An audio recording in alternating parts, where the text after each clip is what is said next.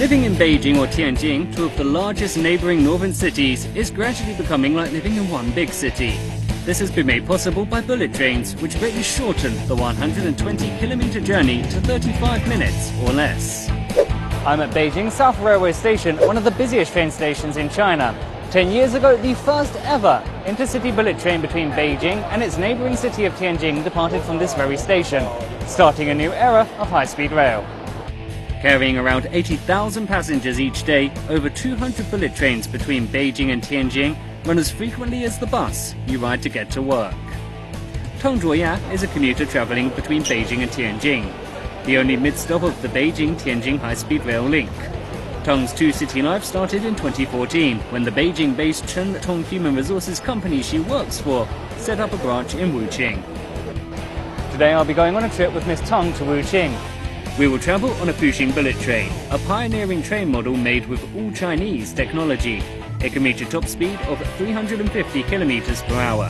The train is also an inexpensive means of transportation, with a single trip from Beijing to Wuqing costing less than $6. 10年前就那个时候是坐绿皮车去，特别慢，然后特别挤，人也多，就是感受特别不好。然后再到后来呢，是可能有个快车。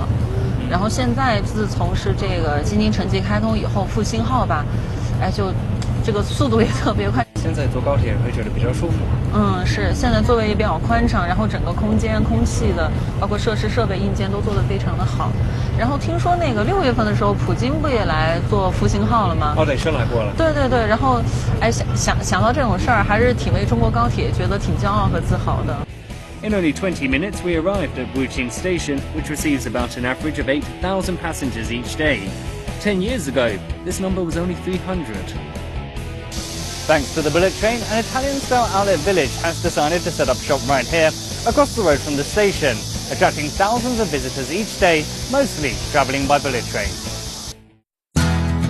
China's high-speed rail has not only bolstered travel and tourism, but also boosted economic integration.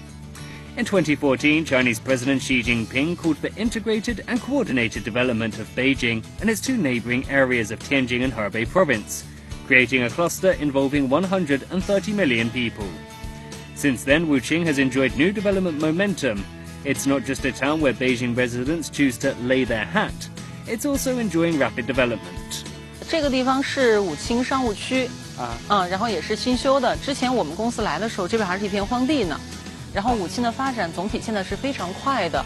Saying goodbye to Tong, I continue my journey to Tianjin, taking another Fuxing bullet train. In only 16 minutes, I arrive at Tianjin Station. Now I can enjoy my half-day visit to this open and vigorous port city, which is soaked in a rich local culture.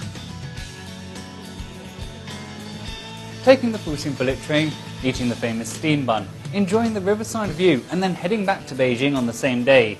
You could plan your trip just as Russian President Vladimir Putin did. China is aiming to become a transportation powerhouse. As of 2017, China's high-speed rail network reached 25,000 kilometers, accounting for 2/3 of the world in total. Now that Chinese bullet trains have been adopted abroad, they are enjoying mass popularity. It took China only 10 years to go from zero to having the world's largest rail network. And by the year 2020, China expects to have over 30,000 kilometers of railway spanning over 80% of China's cities, each with a population of over 1 million people. By then, the extra interconnectivity will not only boost the economy, but we'll start seeing more intercity stories like Beijing and Tianjin take place.